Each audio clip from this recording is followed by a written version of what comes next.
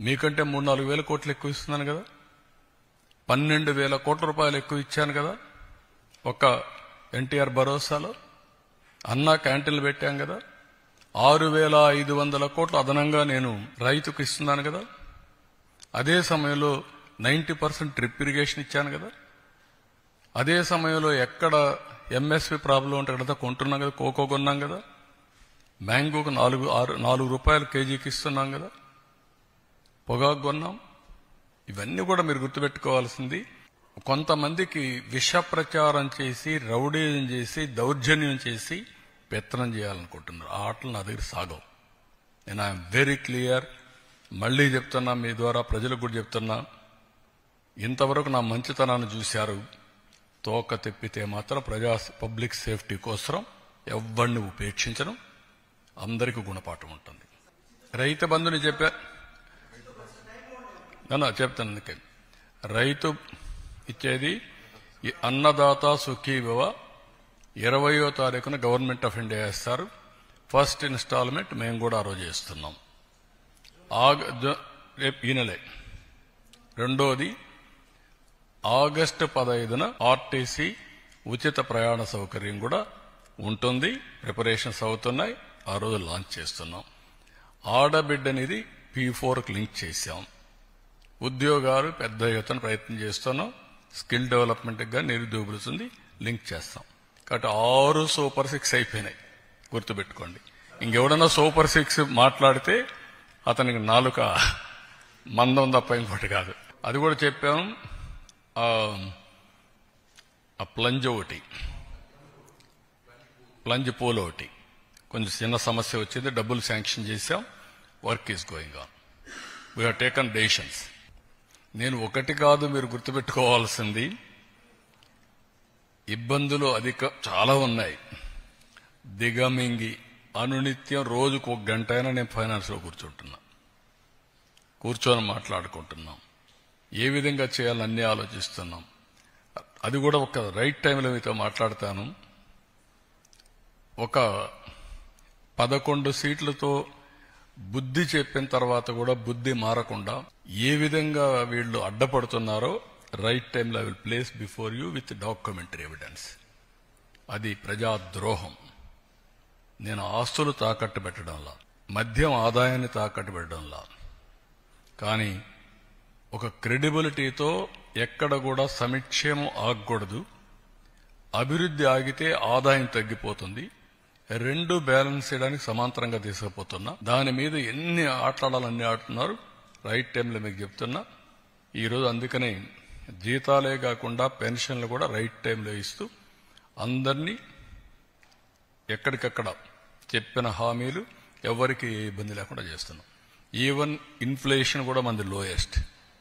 మీరు ఆ విషయం కూడా గుర్తుపెట్టుకోవాలి. Thank you. సంవత్సరం రోజుల వాళ్ళ పరిపాలన మీద ఒక ఏమంటారు, విజయపత్రం అంటారా, కూడా రిలీజ్ చేయడం జరిగింది. చంద్రబాబు గారు కూటమి ప్రభుత్వం అధికారంలోకి వచ్చి 1 సంవత్సరం అయిపోయింది. సంవత్సరము గొప్పలు చెప్పుకోవడానికి మేము ఇది తెస్తున్నాం అది తెస్తున్నామని చెప్పుకోవడానికే సరిపోయింది. విజయపత్రంలో చూస్తే చాలా మటుకు వాళ్ళు చేయాలనుకుంటున్న కార్యక్రమాలే ఎక్కువ కనిపిస్తున్నాయి తప్ప చేసినవి తక్కువే కనిపిస్తున్నాయి. చంద్రబాబు గారు పెన్షన్ల విషయంలో, డిఎస్సి విషయంలో క్రెడిట్ తీసుకోవడానికి ప్రయత్నించారు, మంచిదే. కానీ చంద్రబాబు గారు ఎన్నికల వేళ సూపర్ 6 అమలు చేస్తామని ప్రతి సభలో ఊదరగొట్టారు. మరి వాటి సంగతి ఏమిటి అని కాంగ్రెస్ పార్టీ ప్రశ్నిస్తుంది. సంవత్సరం రోజులు గడిచినా కూడా ఈ పథకాన్ని మేము పూర్తిగా అమలు చేశాము అని చెప్పుకునే పరిస్థితిలో తెలుగుదేశం పార్టీ కూటమి సర్కార్ లేదు. ఒక విజయపత్రం లాంటిది రిలీజ్ చేసి దాంట్లో ఉచిత బస్సు ఏమో ఆగస్టు 15 నుంచి అంటున్నారు, రైతులకేమో ఇచ్చేస్తున్నామంటున్నారు, విద్యార్థులకేమో ఇచ్చేస్తున్నామంటున్నారు. కానీ ఇంతవరకు ఇచ్చింది ఎంత, అచీవ్ చేసింది ఎంత అంటే దాంట్లో ఏమీ కనిపించటం లేదు. మాకు అనుమానం ఎందుకు కలుగుతుంది అంటే ఉచిత బస్సు సూపర్ 6లో భాగంగా ఉచిత బస్సు పథకం కిందనే తీసుకుంటే సంక్రాంతి అన్నారు, ఉగాది అన్నారు, ఇప్పుడు ఆగస్టు 15 అంటున్నారు. ఇలా వాయిదాలు వేసుకుంటూ పోతే ఏ పథకమైనా ఎప్పుడు అమలు అవుతుందో అర్థం కాని పరిస్థితిలో ఉంది. అయినా ఒక పార్టీ మేనిఫెస్టోలో ఈ వాగ్దానాలన్నీ ఫుల్ఫిల్ చేస్తాము మేము అధికారంలోకి వచ్చి అని చెప్తే, ఈ సందర్భంలో సూపర్ 6 లాంటిది చంద్రబాబు గారు ప్రతి సభలో ఊదరగొట్టిన సూపర్ 6 లాంటి ఒక ముఖ్యమంత్రి అయిన తర్వాత, అధికారంలోకి వచ్చిన తర్వాత ప్రజలు ఏం ఎక్స్పెక్ట్ చేస్తారు? ప్రజల ఎక్స్పెక్టేషన్ ఏమిటంటే, అధికారంలోకి వచ్చిన వెంటనే ఏ పార్టీ అయితే వాగ్దానాలు చేసిందో ఆ వాగ్దానాలని ఆ పార్టీ అధికారంలోకి వచ్చిన వెంటనే నెరవేరుస్తుంది అన్న ఎక్స్పెక్టేషన్ ప్రజలకు ఉండడం సహజం, భావ్యం కూడా. కానీ చంద్రబాబు గారు కూటమి సర్కార్ అధికారంలోకి వచ్చి సంవత్సరం రోజులు అయినా కూడా ఇంతవరకు కూడా ఏ ఒక్క పథకాన్ని పూర్తిగా అమలు చేయలేదు. 3 సిలిండర్లు సంవత్సరానికి ఉచితమన్న పథకం కూడా 3వ సిలిండర్ ఇంతవరకు అయినట్టు లేదు. ఇలా ఏ పథకం తీసుకున్నా అరాకొరగా సాగుతుంది. అన్నిటికంటే ముఖ్యమైనది విద్యార్థులకి తల్లికి వందనం పథకం కింద ప్రతి ఒక్కరికి 15,000 రూపాయలు ప్రతి సంవత్సరం ఇస్తామని కూటమి సర్కార్ సూపర్ 6లో భాగంగా వాగ్దానం చేసింది. మరి ఈరోజు చూస్తున్నాం 87 లక్షల మంది విద్యార్థులుంటే దాంట్లో 67 లక్షల మందికి మాత్రమే ఇస్తామని చెప్తున్నారు. అది కూడా ఎన్ని ఫేజ్లలో ఇస్తారో తెలియదు. అది కూడా పోయిన సంవత్సరం ఇయ్యనే లేదు, ఇప్పుడు ఇస్తామంటున్నారు. అది కూడా 15,000 ఇయ్యరట, అది కూడా 13,000 ఇస్తారట. తల్లికి వందనం పథకం కింద మొదటి రోజే అనౌన్స్మెంట్ వచ్చిన మొదటి రోజే 20 లక్షల మంది విద్యార్థులకి మోసం చేస్తున్నారు. ఇది భావ్యం కాదు. చంద్రబాబు గారు స్వయంగా చెప్పారు, ఒకరుంటే ఒకరికి, ఇద్దరుంటే ఇద్దరికి, ముగ్గురుంటే ముగ్గురికి, నలుగురుంటే నలుగురికి 15,000 ఇస్తామన్నారు. గుర్తుపెట్టుకోండి, మీరు చెప్పిన మాటలు గుర్తు తెచ్చుకోండి. 15,000 రూపాయలు విద్యార్థులందరికీ, ఏ 20 లక్షల విద్యార్థులకైతే మీరు ఎగ్గొట్టాలని చూస్తున్నారో అలాంటి ప్రయత్నాలు చేయకుండా మొత్తం 87 లక్షల మంది విద్యార్థులకి తల్లికి వందనం పథకాన్ని 15,000 చొప్పున అమలు చేయాలని కాంగ్రెస్ పార్టీ డిమాండ్ చేస్తుంది. అలాగే రైతు భరోసా అని ఇంకొక సూపర్ 6, దాంట్లో 20,000 రూపాయలు ప్రతి రైతుకి ఇస్తామని చెప్పారు. దాంట్లో మొదటి సంవత్సరం ఇప్పటి వరకు ఇవ్వలేదు, ఈ సంవత్సరం ఇస్తామంటున్నారు. అది కూడా 14,000 రాష్ట్ర ప్రభుత్వం ఇస్తుందంట, 6,000 రూపాయలు కేంద్ర ప్రభుత్వం ఇస్తుందంట. కానీ రైతులు ఉన్నదేమో 93 లక్షల మంది రైతులుంటే దాంట్లో ఐటీ కట్టే వాళ్ళు ఉన్నారు, లేదా అసలు వ్యవసాయం చేయని వాళ్ళు ఉన్నారు. ఆ లెక్క తీసేస్తే మీ లెక్క ప్రకారమే 79 లక్షల మంది రైతులని తేల్చారు.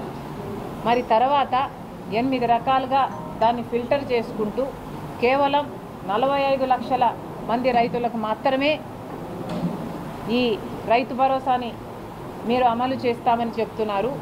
మిగతా 33 లక్షల రైతుల సంగతి ఏమిటి అని కాంగ్రెస్ పార్టీ డిమాండ్ చేస్తుంది. ఏ పథకమైనా అమలు చేస్తారు అని ప్రజలు నమ్మి మిమ్మల్ని ఓట్లేస్తే మీరు ఆ పథకాన్ని కంప్లీట్గా ఫుల్ఫిల్ చేస్తారన్నది ప్రజల ఎక్స్పెక్టేషన్ అయినప్పుడు ఇలా అన్ని కత్తెరలు పెట్టడం భావ్యం కాదని కూటమి సర్కార్కి కాంగ్రెస్ పార్టీ హెచ్చరిస్తుంది. నిరుద్యోగ భృతి ఇస్తామన్నారు, 3,000 రూపాయలు.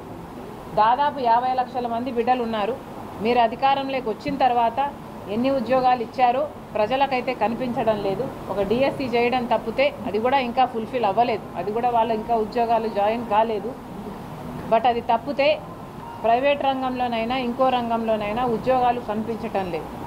50 లక్షల మంది బిడ్డలు ఎదురు చూస్తున్నారు ఉద్యోగాలు వస్తాయని, లేదా నిరుద్యోగ భృతి ఇస్తారని.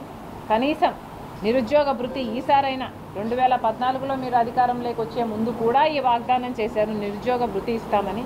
అప్పుడు నిలబెట్టుకోలేదు చంద్రబాబు గారు. ఈ నిరుద్యోగ భృతి గురించి ఇప్పుడు మాట్లాడడం లేదు. సూపర్ 6లో ఇది భాగమే కాదన్నట్టుగా ఉన్నారు.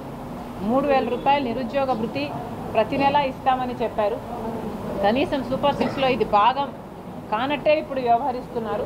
దీని మీద చంద్రబాబు గారు క్లారిటీ ఇవ్వాల్సిన అవసరం ఉంది. మహిళా శక్తి అని ఇంకొక పథకం చెప్పారు సూపర్ 6లో.